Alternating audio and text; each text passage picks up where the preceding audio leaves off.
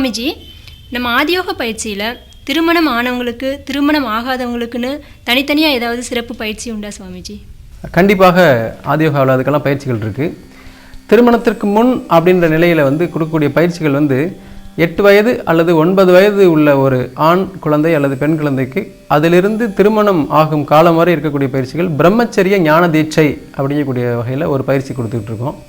இந்த பயிற்சி என்ன பண்ணுன்னா, அந்த குழந்தையுடைய உடல் உறுப்புகளை சரியான வகையில் வளர்க்கிறதோடு உடலுடைய ஜீவத்தாதாகிய உயிர்த்தாதை சரியான முறையில் பயன்படுத்தி உடலும் மனமும் சரியான விதத்திலே இயங்கி அவங்களுடைய அறிவை, உடலை, ஆன்மாவை பக்குவப்படுத்தி நல்ல நிலையில் வைத்துக்கொள்வதற்கு உதவி செய்யக்கூடிய பயிற்சிகளாக இருக்கின்றன. இந்த பயிற்சிகள் பிரம்மச்சரியத்தை காப்பதற்கு ஏற்றதாக இந்த பயிற்சிகள் இருக்குது. இது திருமணத்திற்கு முன்பாக கொடுக்கக்கூடிய பயிற்சிகள்.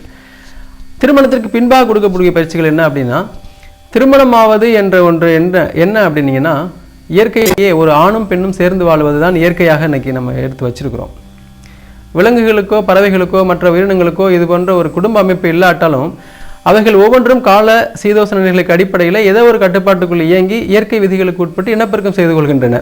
ஆனால் மனிதன் அப்படி இல்லாமல் ஏதோ ஒரு சமூக அந்தஸ்து, சமூக கலாச்சாரம், பண்பாடுங்கிற அடிப்படையில் ஒரு குடும்ப அமைப்பாக இன்றைக்கி நம்மளாம் வாழ்ந்திருக்கிறோம் அப்படின்னா ஒரு பெரிய விஷயம்தான். அதில் இந்த வகையில் திருமணத்துக்கு அப்புறம் அவர்களுக்குள்ளே நடக்கக்கூடிய அந்த தாம்பத்திய உறவு என்ற ஒன்று அவர்களுக்கு சந்ததிகளை, வாரிசுகளை உருவாக்கக்கூடிய ஒரு நிலையில் இருக்கிறதுனால அந்த வாரிசுகள் மிகச்சிறந்த அறிவுள்ள குழந்தைகளாக, நல்ல ஆரோக்கியமான குழந்தைகளாக, மிக நீண்ட ஆயுள் உள்ள குழந்தைகளாக வளர வேண்டும் என்பதற்கான பயிற்சிகள் இங்கே வழங்கப்படுகின்றன. அந்த பயிற்சிகள் பார்த்தீங்கன்னா, ஒரு 6 மாத காலத்துக்கு முன்பாக ஒரு கல்யாணமான தம்பதிகள் அந்த பயிற்சிகளை எடுத்துக்கொண்டாங்கன்னா அவங்களுக்கு என்ன குழந்தை வேணும் என்பதை அவர்களை தீர்மானித்துக் கொள்ளலாம். ஒன்று ஆண் குழந்தை வேண்டுமென்றால் அப்படி தீர்மானித்துக் கொள்ளலாம், அல்லது பெண் குழந்தை வேண்டுமென்றாலும் அதையும் தீர்மானித்துக் கொள்ளலாம்.